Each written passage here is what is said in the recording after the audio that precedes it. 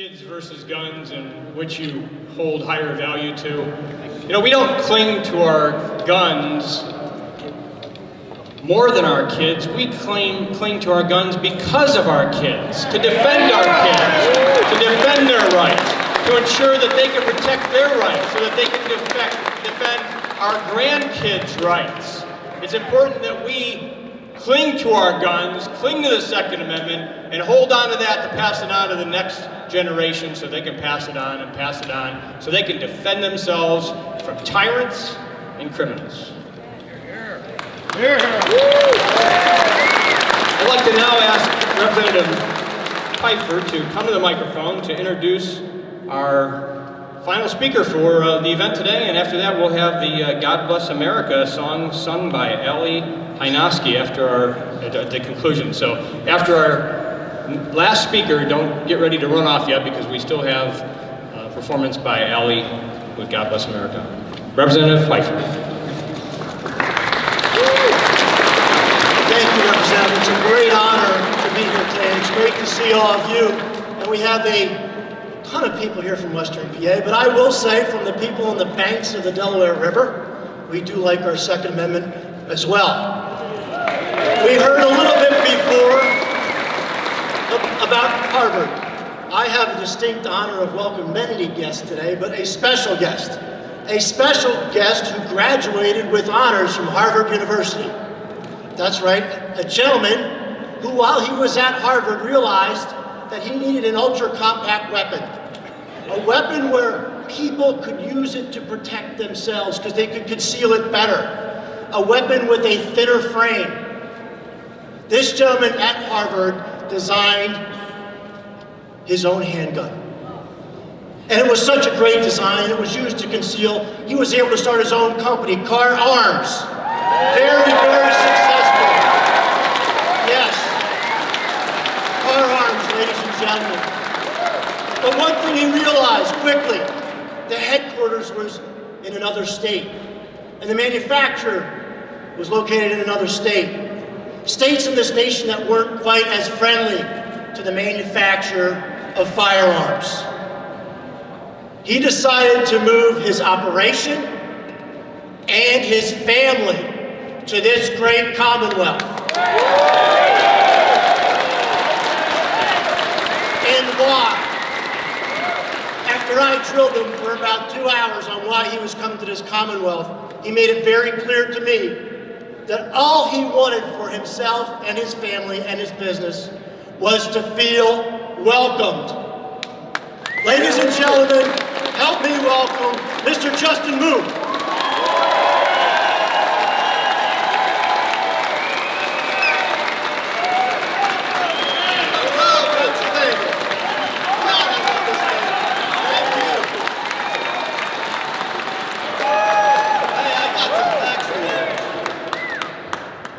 Gun-free London now has more murders than New York City. Can you believe that?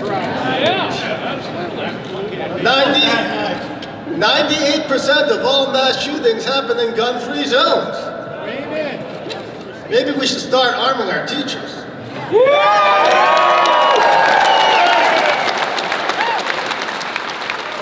know, as our government grows, our freedoms yield. Power corrupts, and absolute power corrupts absolutely.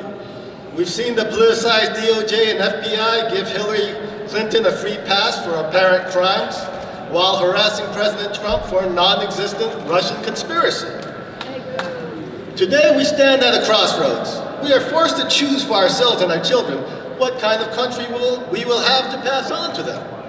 Will we value the gifts of liberty, or will we forsake our inheritance for the false promise of security? When our founding fathers established this nation, they enshrined the rights of kings in our Bill of Rights as the rights of all citizens. The right to own private property, the right to conscience, and the right to bear arms to defend both property and conscience.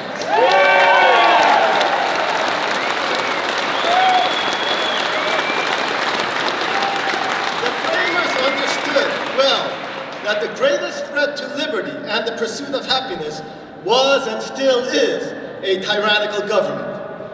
The 20th century has borne witness to the democidal inclinations of overgrown governments, imperialism, communism, and National Socialism, which have murdered 260 million people in the last 100 years during times of peace. In the same 100 years, only 25 million people have been killed by criminals. The truth is, you are 10 times more likely to be killed by your own government than you are to be killed by a criminal.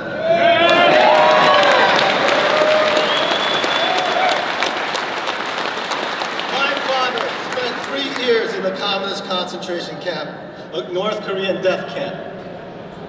Having experienced the horrors of communism, my father understood well the need to have arms, and he was one of the early founders of the South Korean small arms and defense industries. And he fathered alternative conservative media here in the US by founding the Washington Times.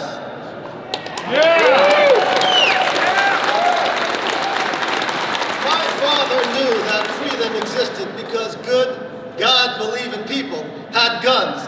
Until his last day on earth, he supported the right to bear arms.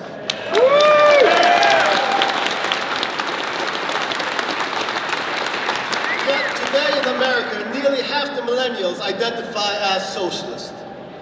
We have not taught our children the hard-earned lessons of history.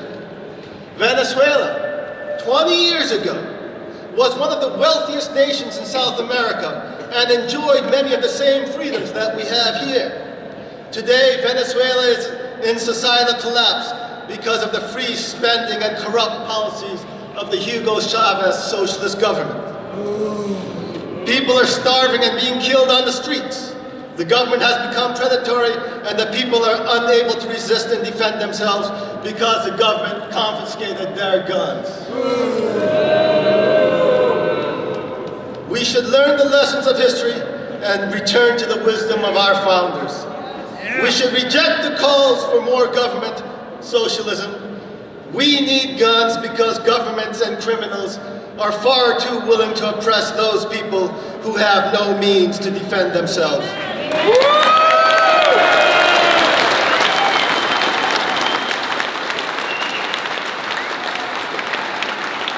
For me, the choice is clear. I stand for the Second Amendment, and I stand for freedom, as my father did. Thank you very much.